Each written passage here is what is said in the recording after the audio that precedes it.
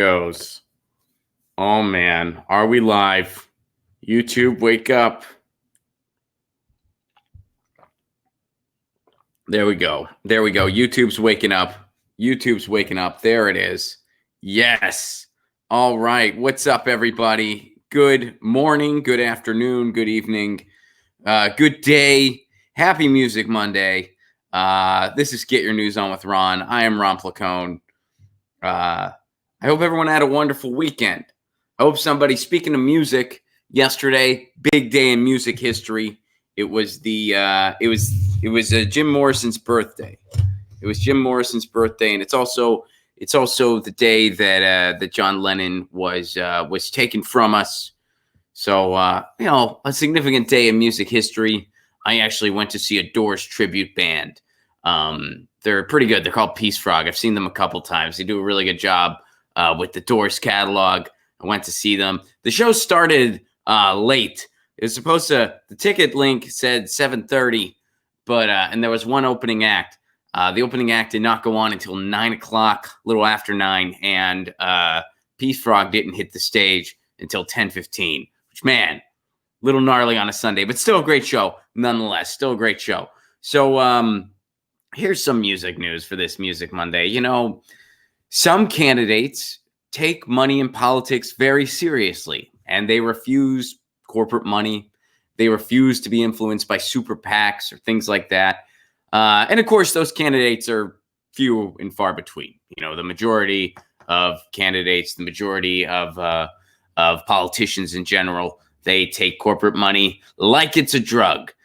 Some candidates running in 2020, like Pete Buttigieg, just to name a few, will not let the press at their fundraisers, probably because they got something to hide. Others, like Joe Biden, they start their campaign at a Comcast dinner. Hey, starting a campaign, let's really get connected with the grassroots. Time for a Comcast dinner. Well, Bernie Sanders does not accept corporate money. And here's a fun little Music Monday story where he wouldn't even accept this from the Red Hot Chili Peppers. Check this out. This is Anthony Kiedis, singer for the Red Hot Chili Peppers, talking, and he's got a story to tell. This is Red Hot Chili Peppers' Anthony Kiedis on how Bernie Sanders refused their money. This cat, Bernie Sanders, stood out as being honest and likable and actually human, a human being who cared about other human beings. And so right away, we said, if we ever get a chance to play a benefit for this guy, we'll do it. If he's real and he makes it that far, you know, we'll play a show for him. Lo and behold, 9 months go by. He needs us to play.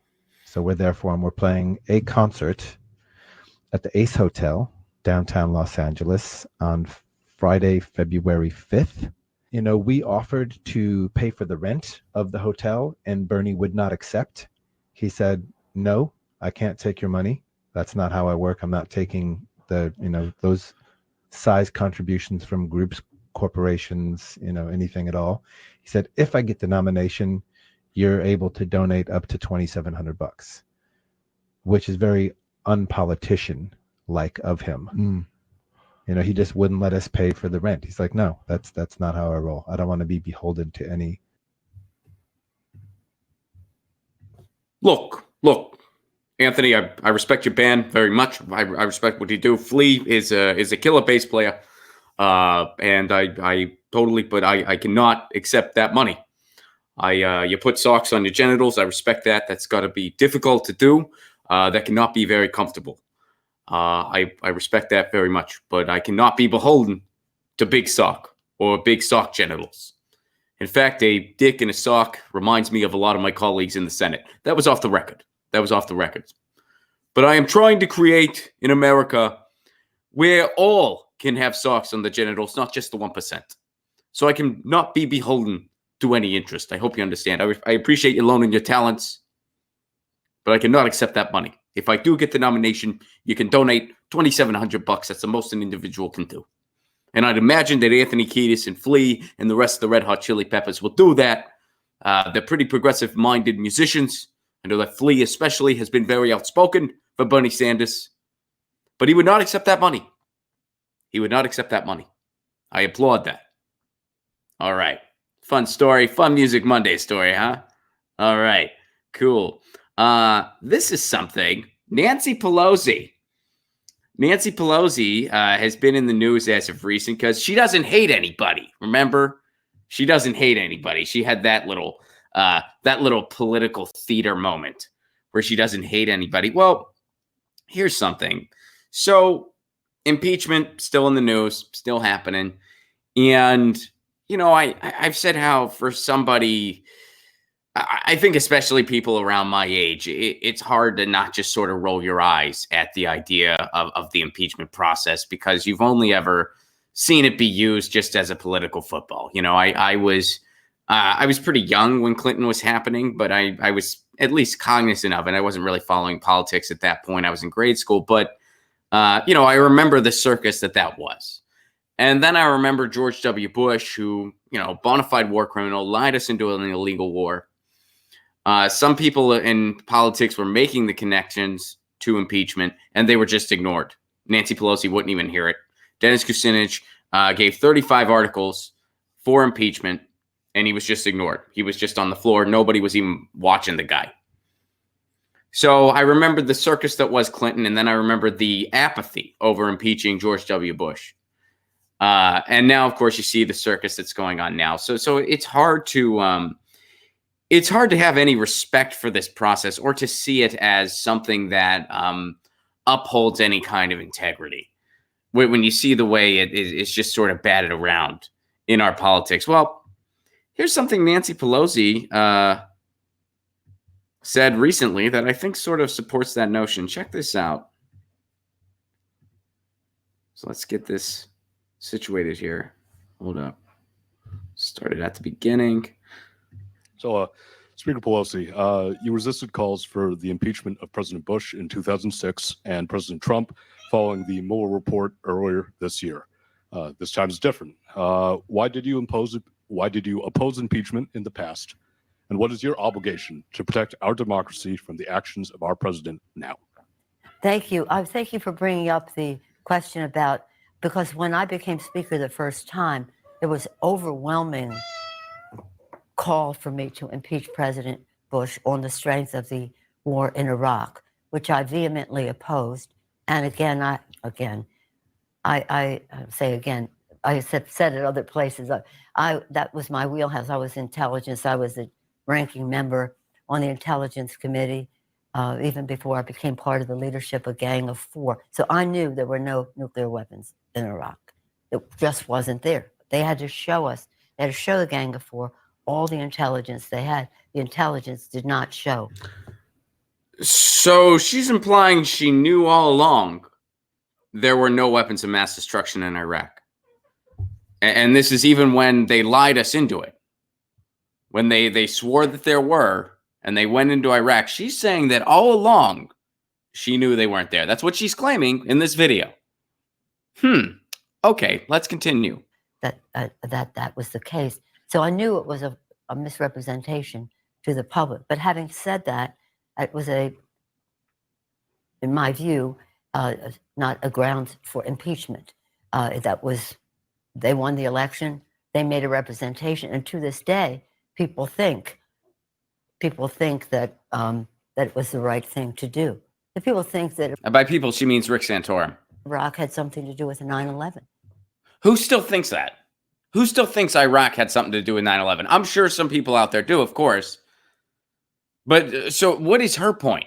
Hey, some people are still being successfully lied to because of the Bush administration in cooperation with the corporate media and in cooperation with us just passively accepting this. She's saying, I knew all along there were no weapons of mass destruction, but I went along with the war anyway. And I didn't think that was grounds to impeach a president, deliberately lying us into an illegal war. All right, let's go on. And listen, this is, wow. All right. I mean, it's appalling what they did. But I did, and I said, if somebody wants to make a it's case, appalling. It's appalling. She thought the war was appalling. All right, that's she doesn't hate anybody, even imaginary weapons of mass destruction, even war.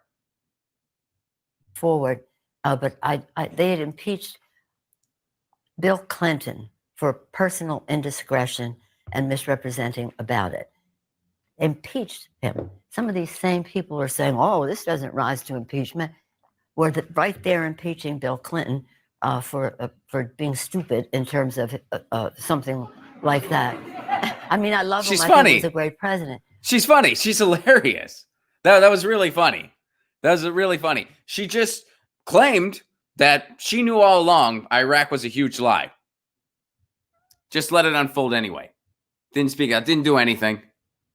And didn't think that was grounds for impeachment when she was getting pressured to do so. Knew it was all a big lie, but didn't think that was grounds for impeachment. Why? Well, because people were going along with it. An illegal war that has cost so many lives, Iraqi lives, U.S. lives, has cost so much money, but people were going along with it. And we had already impeached Clinton. I mean, come on. Come on. It's funny. This is good comedy. This is great. All right, let's see. There's still a minute and 11 seconds of this. She babbles on for another minute and 11 seconds. All right, let's see. What else? But being stupid in terms of that and what would somebody do not to embarrass their family? He was being stupid, guys. And that's so they did Bill Clinton. Now they want me to do George. I just didn't want it to be a way of life in our country. She didn't want it to be impeachment. We're supposed to take this seriously. We are supposed to take this seriously. Well, when it came to George W. Bush, a bona fide war criminal, I didn't want this to be a way of life. I mean, come on. They impeached Bill Clinton. That was a circus. I didn't want to go through it again with George W. Bush. I mean, sure, he lied us into an illegal war. Sure, like there were no, and I knew the whole time, by the way, apparently I knew the whole time. That's what I'm claiming now.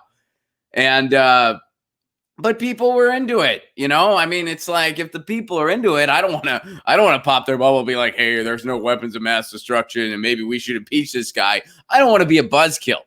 But this time around, I mean, come on, now I'm on board. Maybe it's just every other time. You know, maybe it's just like, oh, come on, we can't impeach. All right, but this time, I'm down. This is a sacred process, by the way, the impeachment process. This upholds the values of our politics. But, you know, like when it comes to a war criminal, we don't want to make this a regular thing. Shrug, whatever. People were into it. We're supposed to respect this process and think that it is anywhere in the wheelhouse of justice at any point when you hear stuff like this. I mean, listen to what she's really admitting to. And the audience just laughs when she brings up that Bill Clinton was being stupid. I mean, this is real. Like this isn't... Even Lucy's bailing. She's like, yeah, this is just too much. This is too much. I'm getting my passport. This is ridiculous. I'm taking a vacation. That's what Lucy's doing.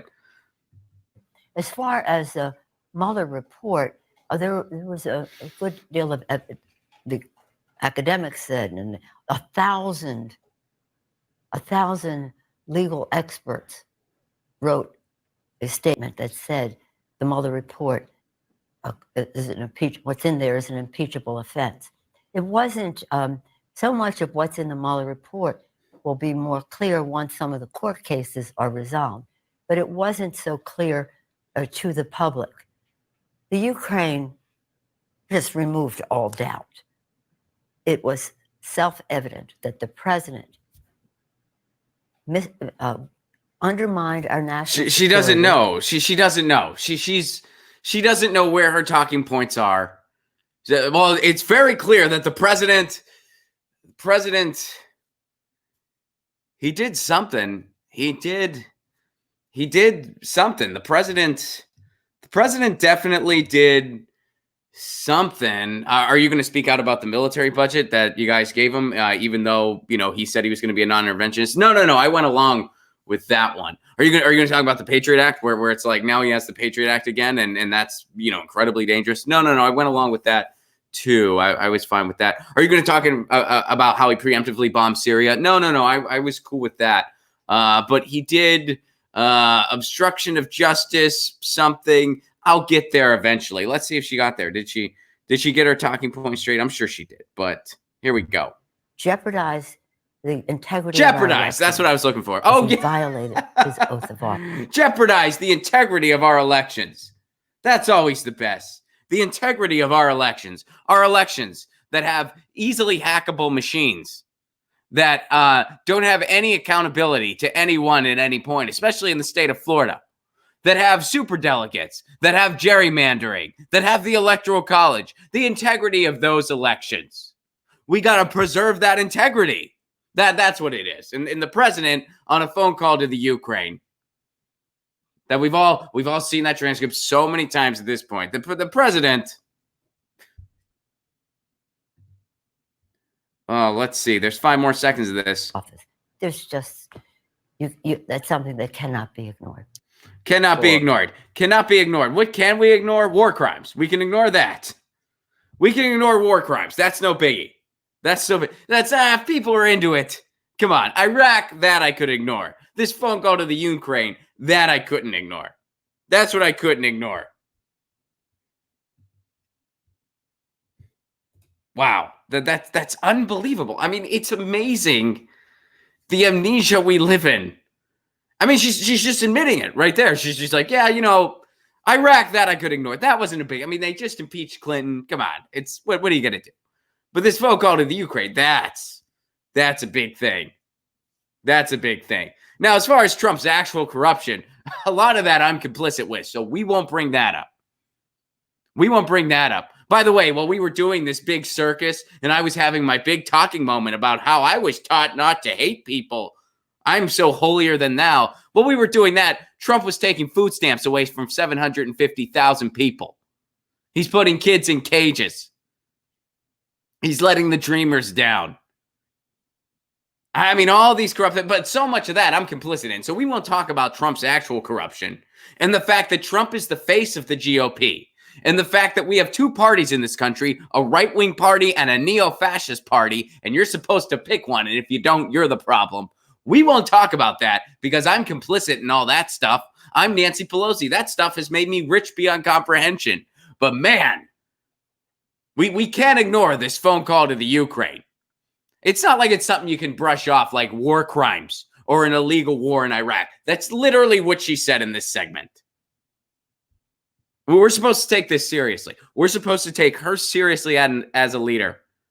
And this is why when I hear people discussing all this stuff, like as if there's some modicum of integrity in any of it. It's like watching astrophysicists discuss professional wrestling and not realizing that it isn't real. Like not realizing that it's fake. It's because that's what this is at this point. This is professional wrestling. Oh, we can't. If only this was somebody. If Donald Trump just started an illegal war, I could have brushed that off. But it was a phone call to the Ukraine, and then it ended up one of our own got called out. Hunter Biden got called out. We can't have that. One of our own. When one of our own's affected, that's Nancy Pelosi. She's a great leader, by the way. That's the leader of the opposition to the Republicans. That's, again, right-wing party, neo-fascist party. That's what we got. And we're supposed to take this stuff seriously. That's, wow. Sometimes it writes itself, folks. Sometimes it writes itself. So Pete Buttigieg, this was shared to me by Dave, shared to me. It's a weird way to put it. That was a very awkward sentence. Dave shared this with me. That's better, right? It's Monday, right? Still getting with it. But Dave shares this with me. He thought this was interesting, and I think it's interesting as well. Pete Buttigieg got an endorsement from a veterans group. Let's get into this. Pete Buttigieg, this is from the Huffington Post. Pete Buttigieg receives Vote Vets' first ever presidential primary endorsement. So Vote Vets is a liberal political action committee, according to this article, that backs veterans running for office. And they announced their support last week for Pete Buttigieg. And this is the group's first endorsement in a presidential primary. In their announcement, which was first reported by the New York Times, the group lauded Buttigieg, the mayor of South Bend, Indiana, and a Navy veteran, as the candidate best poised to beat President Donald Trump in 2020. They were really impressed by that strong 4th place he's been getting in the polls. They're really impressed by that. They're really impressed by the zero support he has amidst black voters. They're impressed by that. They think that's going to beat Donald Trump. All right, so here's what they have to say about it. We need a candidate who will win. Okay, I agree. Bar none, Pete gives us the best shot at doing just that. I don't think that's true. I'm pretty sure that's completely false. It is time to rally around him. Nope, I don't think so. And stop the walking, talking national security threat that is Donald Trump. Pete has the experience to lead and what it takes to beat Donald Trump. Pete Buttigieg. And you know what? I mean, I just got to add where I don't understand where that's coming from. First of all, if you're a veterans group, you want to endorse a veteran. I get that. But there's another veteran running as well. Tulsi Gabbard is also running. And to me, a veterans group endorsing Pete Buttigieg over Tulsi Gabbard, that would be like cold medicine migrating to a virus instead of a pineapple. Pete Buttigieg, I mean, if you're a veterans group, wouldn't you want a leader who would not put you in harm's way unless it was 1,000% necessary? Who would want to end these wars over oil and resources? Isn't that what you would want in a leader? Pete Buttigieg has talked about sending troops to Mexico. He is totally complicit in the war machine. And in his city of South Bend, he couldn't even reel in a corrupt and racist and over-militarized police force. And this guy, you think this guy who couldn't even reel in South Bend, Indiana, is somehow going to do something positive when it comes to our war abroad? He's just going to continue the war machine as usual. That's all Pete Buttigieg's going to do. I mean, if you want a peace candidate, Pete Buttigieg is probably the furthest from what you would want.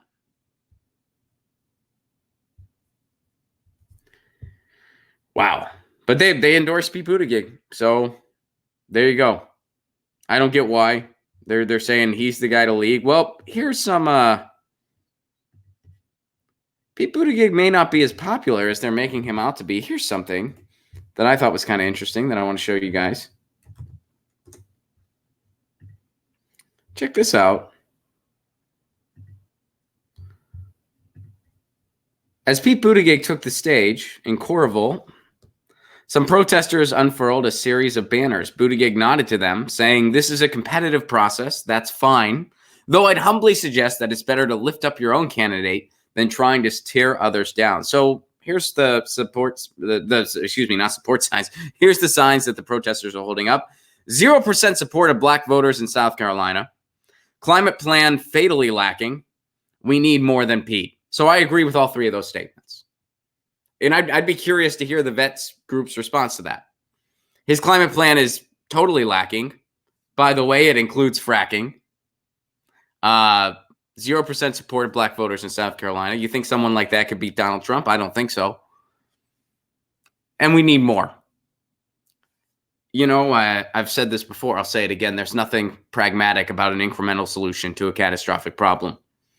Pete Buttigieg's solutions for all of our problems is incrementalism and more of the same.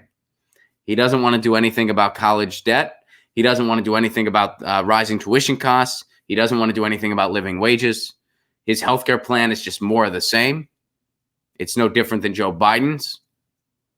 His climate plan, more incrementalism, includes fracking, along with Joe Biden's quote climate plan. You can't even call it a plan because it would do nothing. And he's being unmasked. And recently he said that he won't let the press into his fundraisers. Why? What is he hiding? What is he hiding? He doesn't want to talk about the money he's taking. Why is that? Why is that? Is he creating a public position and a private one like Hillary Clinton? Is that what's going on? Here's what Mikey Figueredo from the Humanist Report had to say. "You've been tearing down our candidates' progressive policies, Pete. So go fuck yourself. Drop out and fix your own fucking city, you sociopath." Yeah, I don't know if Pete's all that popular. I really don't know. I don't think so. I don't think so. So interesting. Some very true. 3 signs, whole lot of truth. And those 3 signs alone, that is why Pete Buttigieg should not be the nominee. And if he is, he'll lose to Trump. But it'll be a strong loss. It'll be a strong loss as our planet is brought to the brink of no return.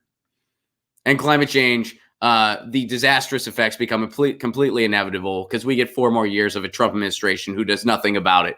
We can at least reflect that Pete Buttigieg had a strong loss. Great plan. Great plan. All right. So Tim sent this to me. And thank you very much, Tim, for sharing this. And I saw this hit the blogosphere last night. And then you sent it to me, but I did see this floating around because this actually happened near me. But a church is making a statement here. So it's the holiday season. I'm sure you've been seeing the nativity scenes around. That's something people do. I don't really get into the holidays. We've talked about this before. Not a big holiday guy. I appreciate the downtime. I appreciate seeing family and friends.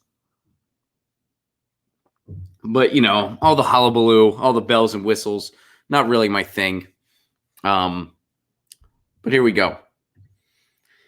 It is about perseverance against cruelty. California church's nativity scene shows the Holy Family separated in cages. So check this out. This is in Claremont, California, which isn't too terribly far from me. If this isn't your church's politics, you've got the wrong faith. That's a quote. So here's what they have. They have the Mother Mary. This is the baby Jesus and Joseph, and they're all in cages. So a nativity scene in the Southern California city of Claremont depicting the Holy Family as a separated family held in cages is sparking controversy and conversations over Donald Trump's immigration policies.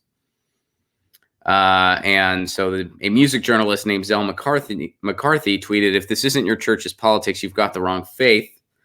Vanity Fair writer Anthony Briznikin said that the Claremont United Methodist Church depicting Jesus, their thing depicting Jesus, Joseph and Mary in cages on either side of a caged baby Jesus was an accurate representation of the meaning of the Bible story. I love the nativity story. I love it because it is warm. I love it not because it is warm and fuzzy, but because it is about perseverance against cruelty. No one saves them. The child is born in squalor, hiding among animals. He rests in a manger, which is not a hay-stuffed crib, but a feeding trough. I not to nitpick here, nor do I really want to get into a bunch of biblical interpretation because, I don't really think all that highly of that book. I think it's a book that was written a long, long time ago by people. And I think at the end of the day, it was about controlling poor people. But I remember everywhere was just full. That was like what we were taught. Like, and granted, it's been a long time since I've actually read a firsthand text. But what I was taught in school, and I went to Catholic school, I was taught that, everywhere was full. There was no room. And then there was like, well, dude, the one innkeeper was like, I got nothing, man, but I can kind of put you out in this manger. It's not great, but it's at least a roof of sorts. And they were like, all right, we'll take it. I don't know. Maybe it's whatever. And then they added that the nativity story points the finger at those who, when faced with evil, do nothing. The monster of the nativity story is not King Herod, the bloodthirsty tyrant. He is just the backdrop. The villain is the innkeeper, a common everyday person who sees their dire situation and chooses not to help. No room, sorry. America is full of innkeepers these days. All right. Okay. That's a new interpretation.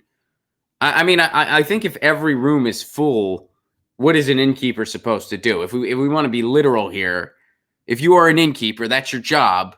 You maintain an inn and every single room is full. What do you do in that scenario? All right. Anyway, now they're saying we don't see it as political. We see it as theological, which, I get that part of it. So here's the thing. Obviously, I agree with the statement they're making, and I think it's a powerful statement. I think it's a great statement.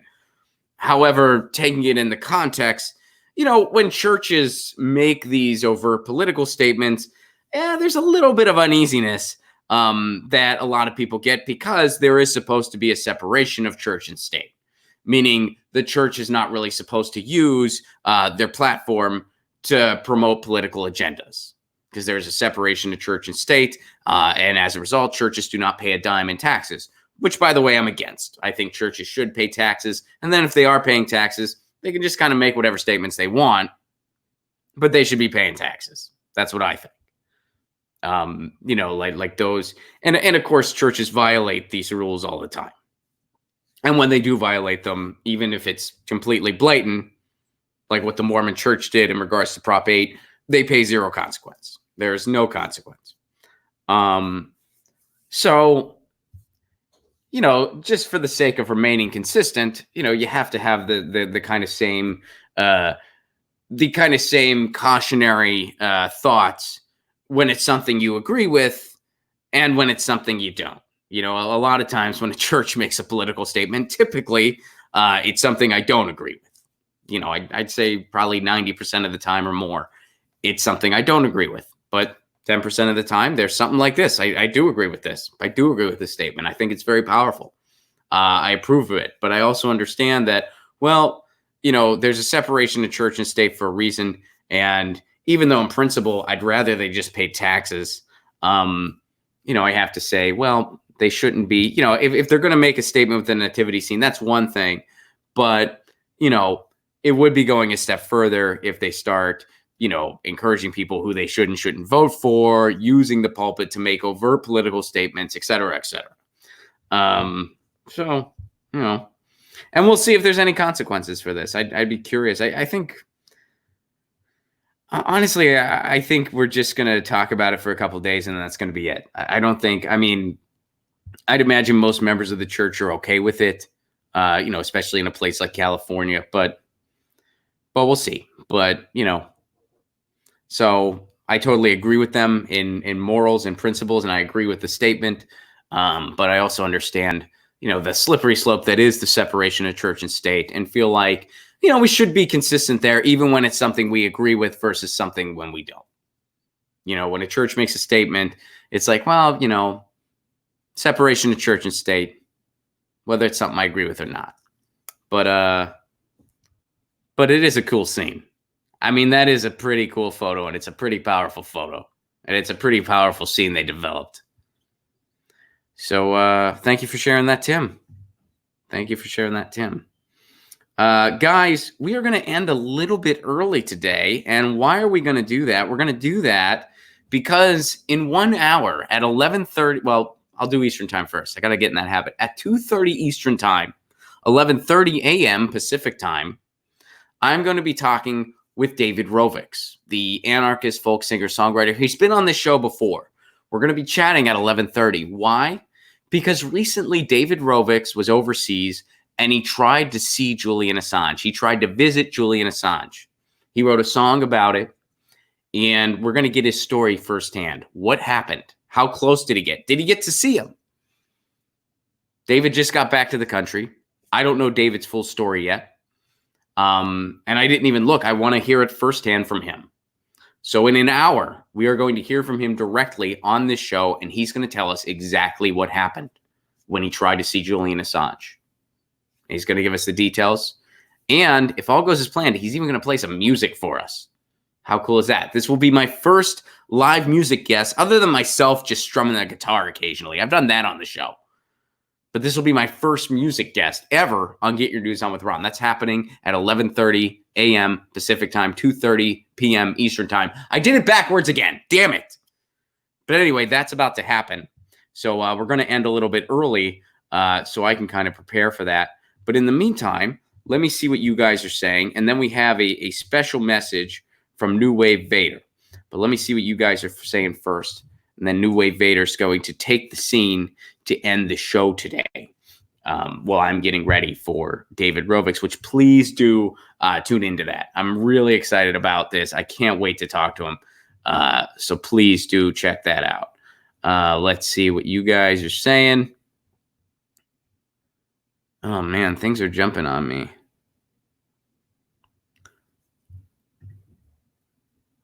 They are such jokes.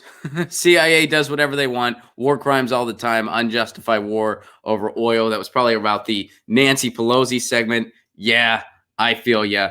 All right, well, we're going to turn it over to New Wave Vader. First of all, guys, Tour dates, before we turn it over to New Wave Vader, tour dates, I got them this week. Southern California, this week, I need to see you. December 13th, Ventura, California. December 14th, Los Angeles, California. What are Graham Elwood and I doing on those shows? We're going to be premiering our 2020 sets. That's what we're going to be doing. I'm so excited. Ventura Harbor Comedy Club on December 13th. The Dojo of Comedy, Sycamore Tavern in Los Angeles on December 14th. You can get all those tickets at ronplacone.com. 2020 dates, what's confirmed so far? Tucson, Arizona, February 8th. San Francisco, California, February 29th. Orlando, Florida, March 12th. Miami, Florida, March 14th. March 13th, Tampa. We should be coming to you. We're finalizing all those details now. April 10th, I'm in Pittsburgh, Pennsylvania. April 24th, Seattle, Washington. April 25th, Portland, Oregon. Also, we don't have all the details yet, but this is just pretty much confirmed. Mark your calendars. June 20th, Nashville, Tennessee. We're coming back to you, Nashville, June 20th. Let's see here. Allison, thank you very much for the Super Chat contribution. I'm excited for that. And this is referring to David Rovick. So here's the full statement. I'm excited for that. I met David at an environmental event in Portland maybe 10 years ago. Super cool dude, to say the least. Allison, thank you so much for that. And thank you for the Super Chat contribution. I, too, like David a lot. I've met him in person once, but I've been a fan of his for years. I've listened to his music since about 2012 or so. I know he's been around a lot longer than that. He's been around a long time doing his thing, but I've been cognizant of him since around 2012 or so. I've been a big fan of his music, and I was excited to have him on the show the first time. I had a really fun chat with him, and I'm really excited to hear his story about Julian Assange. For those of you who missed it, David Rovick, an anarchist singer-songwriter out of Portland, Oregon, was overseas, tried to visit Julian Assange. In 1 hour, we're going to hear from him directly, and he's going to tell us his story and share with us what happened, and he might even play some music for us. So tune into that. Allison, thank you very much for that Super Chat contribution. Allison, thank you for the Super Chat contribution. Dave and Tim, thank you for the stories this week. And if you want to support the show and the sustainability, and please do consider becoming a patron. Patreon.com/Ron Placone. For a Give What You Can level, you get all kinds of exclusive content, including my album. You can just download my album in its entirety. How cool is that? You get dialogues between myself and my cat, Lucy. You get an exclusive patron stream once a week. And that's all for a Give What You Can level. And you help me expand this show. I want to start doing mini documentaries about municipal broadband. I want to start, which, by the way, we're going to be talking about Bernie's municipal broadband plan tomorrow. Bernie does have a plan for universal broadband. We're going to be dissecting it tomorrow. And it's a pretty good thing. This is good stuff. But we'll be talking about that in more detail tomorrow. In the meantime, yeah, patreon.com/Ron Placone, if you are so able. Guys, please give your ears and your hearts to the one, the only. He will be ending the show today. You know the drill. Lucy says meow, I say peace. And please let me turn it over to one of my nicest contributors. You know, some of my contributors, when they want to talk, they just hijack the stream from me. They just take it. It's very selfish. But this guy doesn't do that. He's a very diplomatic, kind soul. Mondays are his thing. You know Mondays are his thing. Please give a brief moment for the transition here. But welcome to the show, the one, the only, New Wave Vader.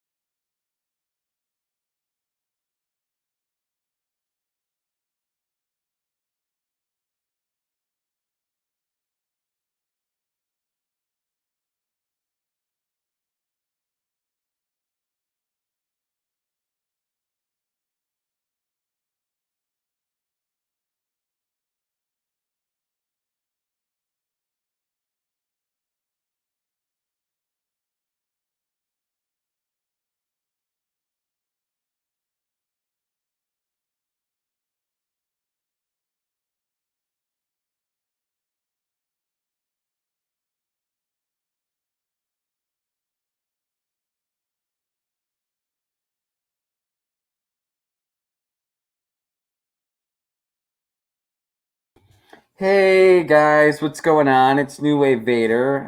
It's Monday. Happy Music Monday. I hope you did something yesterday for the celebration of John Lennon's life and, of course, the birthday of Jim Morrison. I want to give a shout out to today's song of the day. I really dig this one. an artist out of Pittsburgh, Pennsylvania, named Liss Victory, Liss Victory. The track is called Precipice, and it's an anti-war track. Music-wise, it reminded me a little bit of like PJ Harvey and Liz Phair, and I was pretty active in the first Riot Grrrl movement. I was a big fan. I was buddies with L7. I was friends with a lot of those bands. They kept asking me. They were like, "Dude, when are you gonna put something together so we can tour together?" But that was like in my weird time. Again, this is like post 77, early 90s, and I was just enjoying being off the grid at that moment. I mean, the Return of the Jedi show really took a lot out of me. I was like, dude, I don't even have a hand for shredding. I didn't get the hand rebuilt until like 98, or was it 99? That was also when I was, oh man, I was doing a lot of drugs then. I don't want to go into the details, but that was a tough druggy moment for me. But Liss Victory really has a solid singer-songwriter sound and a strong anti-war message. Let me see some of the lyrics here. It's really tough for me to read in this mess. Stuck at an intersection of desperation and anything else. There's no turning back, no going home. As if there were one, there's no one. I like that. Really, really kind of like diverse use of the word one. Great anti-war track. Really good anti-war track. I'm not willing to sacrifice anything for nothing anymore. When you watch them stack bills of paper while we suffer, looks like we lost the war. Anti-war track, like we like to say here at the show, every revolution has its soundtrack. Liz is doing her part to add to that soundtrack. And again, if I had to say, it's very modern and very original, but it also has a bit of like a PJ Harvey throwback with a bit of Liz Phair. I dug it.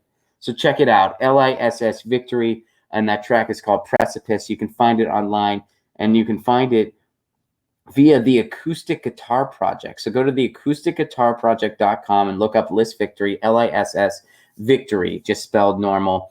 And again, that's the Acoustic Guitar Project. It's really hard to read in this mask. Anyway, so yeah, this has been New Wave Vader, and thank you for tuning in to today's portion of Get Your Booze On with Jim, or whatever this is. This is where, like, I think this show, I don't know, I'm just a contributor here. I don't really know what this show's all about, but it's like, he just teaches you how to make like the best old fashioned, right? Isn't that what they, I don't drink anymore, but I think that's what they do here. It's like about an old, what are you're telling me to stop the stream? Oh, there's a David Rovix interview. Oh, that's awesome. David Rovix, I'm a big fan of his stuff. They're interviewing him? Oh, that's pretty neat. Oh, okay. So I have to stop. Oh, okay. I got it. All right. I didn't realize. Okay. Yeah, I'll stop then. All right. I'll see you guys later. Oh, by the way, quick plug. So for the holiday season, Krampus and I are touring. We have a power duo. Krampus is on drums. I'm on guitar, and that's it. No frills, no gimmick. It's just me and Krampus. Go to krampusinvader.com to see when we're coming to a city near you. All right. Peace.